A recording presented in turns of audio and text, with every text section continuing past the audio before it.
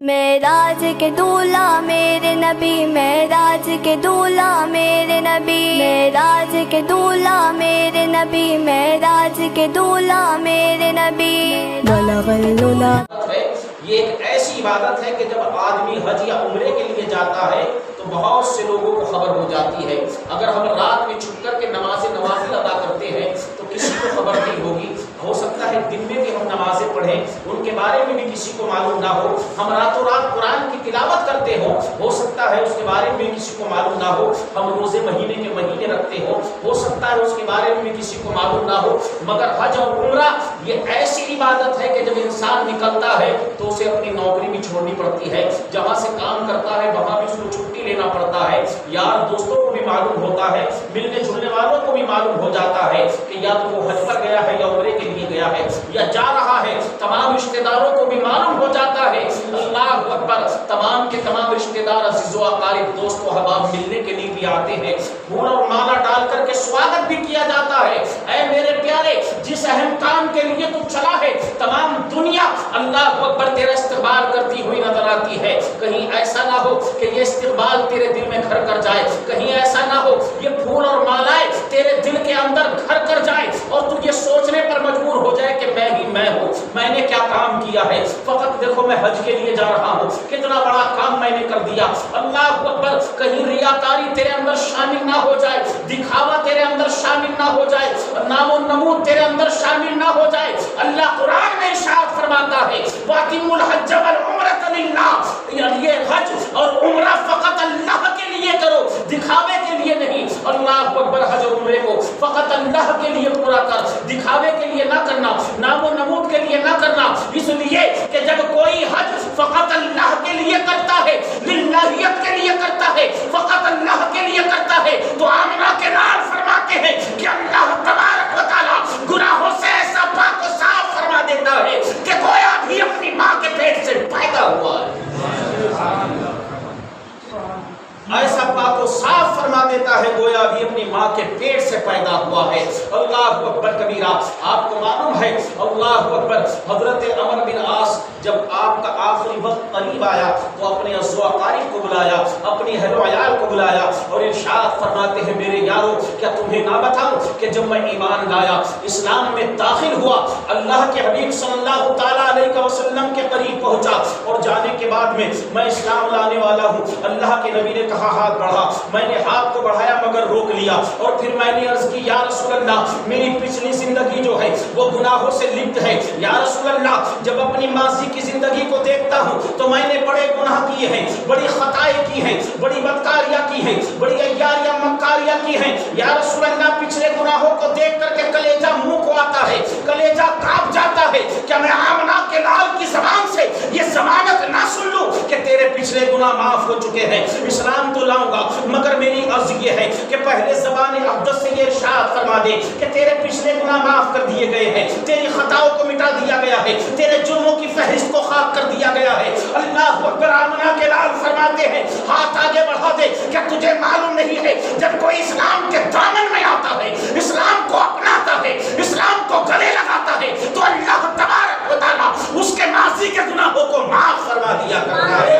آمنہ کے لال ارشاد فرماتے ہیں کیا تجھے معلوم نہیں ہے جب کوئی دین کے لیے ہجرت کرتا ہے، اللہ کے لیے ہجرت کرتا ہے، رسول خدا کے لیے ہجرت کرتا ہے، ایسا نہیں کہ خالی ویسے ہی ہجرت کر لی ہو۔ اللہ اکبر! یوں تو آج کل ہم ہجرت کرتے رہتے ہیں، کوئی دہلی میں رہتا ہے، دہلی میں مقیم ہے، لیکن دن بھر گیا جا کر کے دہرادون میں جگہ لی اور وہاں پر رہنا شروع کر دیا، یا ہم یو پی میں رہتے ہیں، دہلی میں آ کر کے جگہ لے لی اور وہاں سے ہجرت کر کے ہم یہاں آ گئے۔ یہ ہجرتیں نہیں بلکہ ہجرت ہو تو فقط اللہ کے لیے، ہجرت ہو تو فقط رسول اللہ کے لیے، ہجرت ہو تو دین کے لیے۔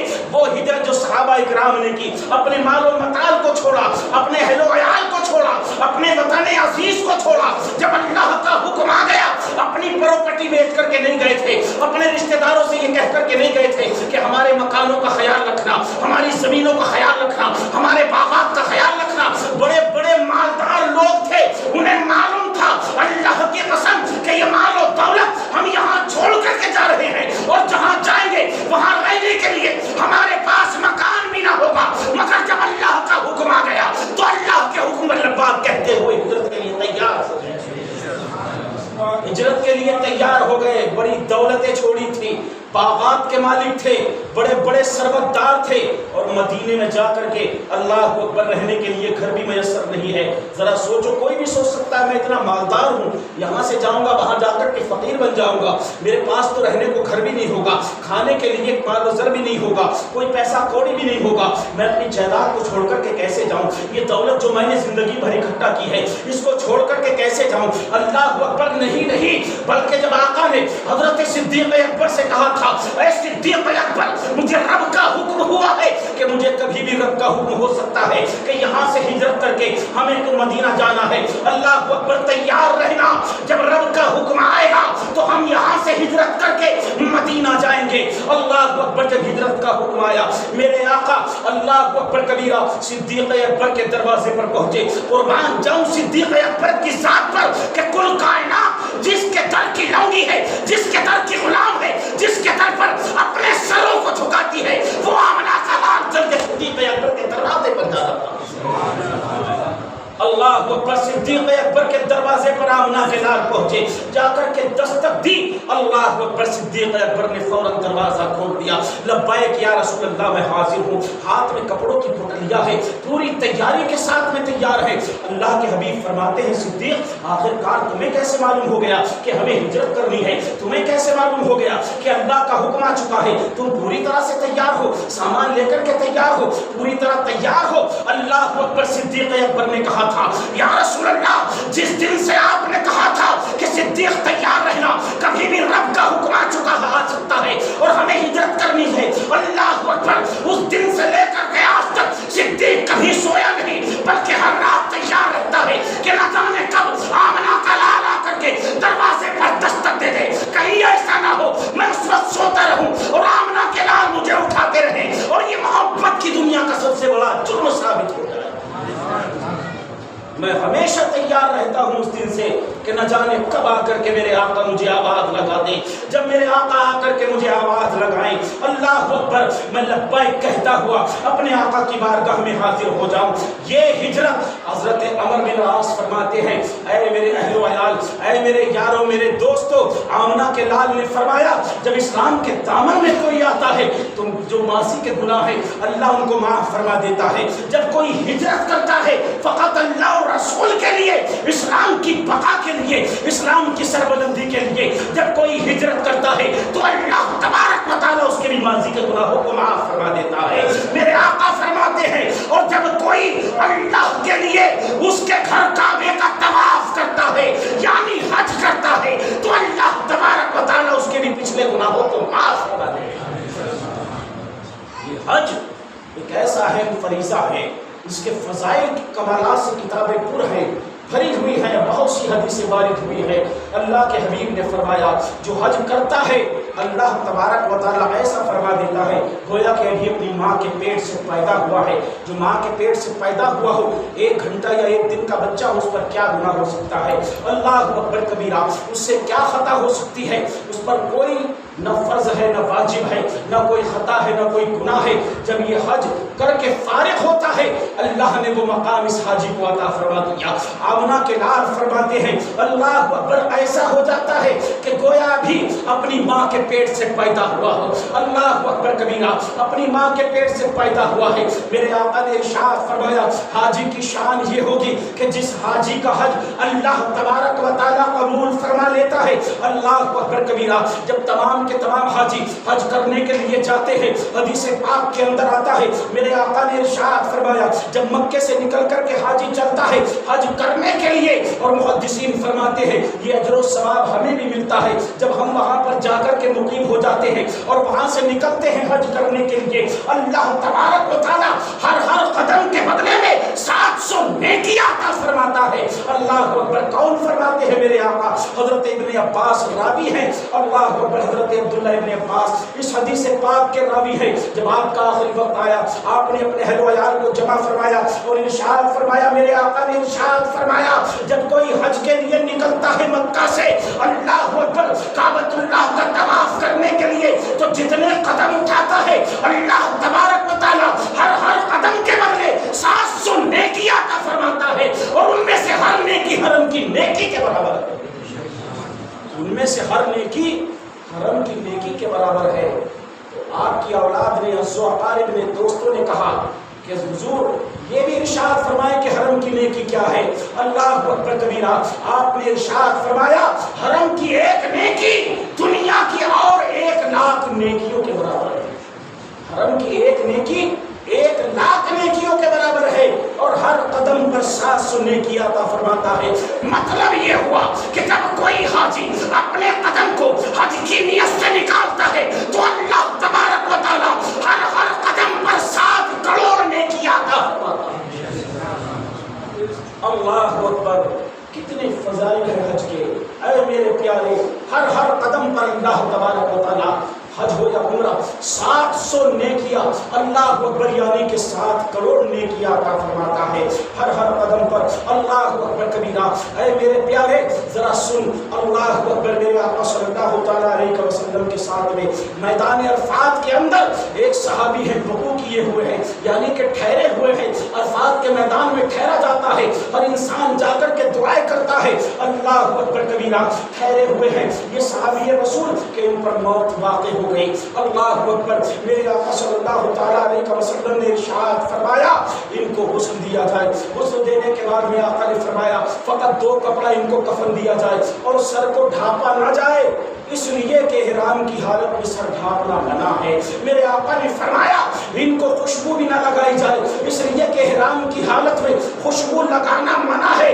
مطلب یہ ہے کہ میرے آقا نے فرمایا، دوسری حدیث پاک میں بھی موجود ہے، میرے آقا نے فرمایا جو حج کرنے کے لیے اپنے گھر سے قدم نکالتا ہے اور راستے میں فوت ہو گیا، راستہ ہے کچھ بھی ہو سکتا ہے، سفر ہے کچھ بھی ہو سکتا ہے، ابھی حج نہیں کیا، ابھی حاجی نہیں بنا، ابھی کعبے کی زیارت نہیں کی، ابھی صفا مروا پہ دوڑا نہیں ہے، ابھی آب زمزم کو پیا نہیں ہے، ابھی مقام ابراہیم پر نماز ادا نہیں کیا ہے، ابھی مینا میں جا کر قربانی نہیں کیا، ابھی عرفات میں ٹھہر کر کے دعائیں نہیں کی ہے، اللہ اکبر، سفر میں تھا اور سفر کے دوران انتقال کر گیا۔ میرے آقا فرماتے ہیں اللہ کی قسم حج کے فضائل کیا ہے، قربان جاؤ اپنے آقا پر۔ میرے آقا نے فرمایا لوگوں کان کھول کر کے سن لو، اس کے لیے ایک حج کا نہیں بلکہ رہتی دنیا تک اس کے نامہ اعمال میں بار بار حج کا ثواب لکھا جاتا ہے۔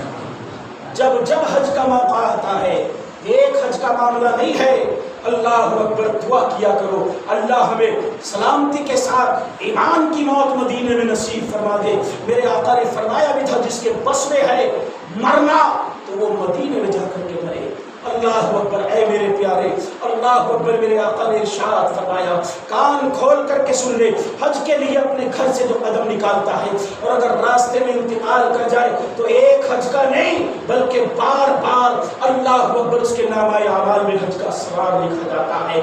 اللہ اکبر، اور حج کا ثواب کیا ہے ذرا سنو تو صحیح۔ اللہ اکبر، ایک موقع پر حضرت فضیل بن عیاض فرماتے ہیں اور میرے آقا کی حدیث پاک بھی ہے، ایک ہجوم دیکھا حاجیوں کا، عرفات کے میدان میں دور و دراز سے چل کر کے آئے ہیں، اللہ اکبر، گرد و غبار بھی اڑتی ہے، اللہ اکبر، احرام پر بھی بیٹھتی ہے، داڑھیوں پر بھی بیٹھی ہے، زلفوں پر بھی گرد و غبار بیٹھی ہوئی ہے۔ اللہ تبارک و تعالیٰ فرشتوں سے ارشاد فرماتا ہے یہ بندے کس لیے میدان عرفات میں جمع ہے؟ اللہ اکبر، معاملہ کیا ہے؟ آخر کار کہ میں نے ان کو دولت نہیں دی ہے، یہ کس لیے یہاں آ کر کے جمع ہوئے ہیں؟ اپنے گھر کا عیش و آرام چھوڑ کر کے، ایئر کنڈیشن کمرے چھوڑ کر کے، اپنی دولت کو چھوڑ کر کے، اپنے مال و متاع کو چھوڑ کر کے، عیش و عشرت کو چھوڑ کر کے، یہ دنیا بھر کی سفر کی صحبتوں کو برداشت کرتے ہوئے عرفات کے میدان میں آ کر کے اکٹھا ہو گئے۔ آخر کس چیز کی کمی ہے؟